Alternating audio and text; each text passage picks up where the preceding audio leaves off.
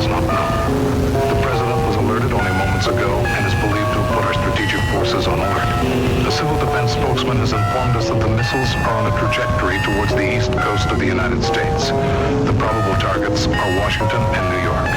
NORAD is tracking the missiles, but there is nothing we can do to intercept them. Neither we nor the Soviets. The missiles will impact in less than 15 minutes. This simulation reveals a fatal flaw in America's strategic policy. We are vulnerable and unable to defend ourselves from nuclear attack. Ever since the Cuban Missile Crisis, we and the Soviets have been locked in an ever-escalating arms race that shows no sign of slowing and threatens our very existence. The Soviets are currently deploying their latest generation of intercontinental ballistic missiles and the deadly accurate SS-20. They build the new Typhoon-class nuclear submarine. We build the Ohio class. The Soviets update their bombers, deploying the Backfire and the Blackjack, while we test the B-1 and equip our B-52s with cruise missiles.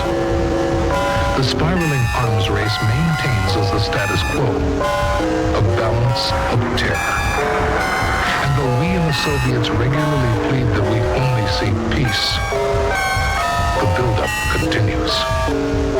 This impotent policy is ironically called MAD, Mutual Assured Destruction.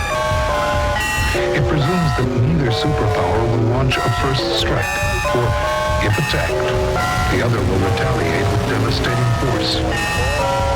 Deterrence is not defense. Once a Soviet ICBM is launched, all the deterrence in the world won't prevent it from hitting its target. We can only retaliate. We must end this moment-to-moment threat of annihilation.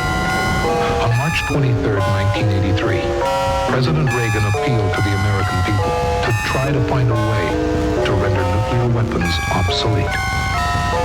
What if free people could live secure in the knowledge that their security did not rest upon the threat of instant U.S. retaliation to deter a Soviet attack? That we could intercept and destroy strategic ballistic missiles before they reached our own soil or that of our allies? We share with you a vision of the future which offers hope. It is that we embark on a program to counter the awesome Soviet missile threat with measures that are defensive. The space shuttle offers us an opportunity to step off the nuclear treadmill and out into the new high frontier of space. Commander John Young. The space shuttle will be able to do in 5 to 10 years what it would have taken us 20 to 30 years to do otherwise. We couldn't do it if we didn't have the space shuttle and that payload capability. It will measurably improve the defensive capability of the country. If we utilize the extraordinary capabilities of the space shuttle to deploy the system known as High Frontier, America, for the first time, will be able to defend herself against a Soviet missile attack. High Frontier consists of 3 elements: 2 levels of orbiting satellites and a ground-based missile defense.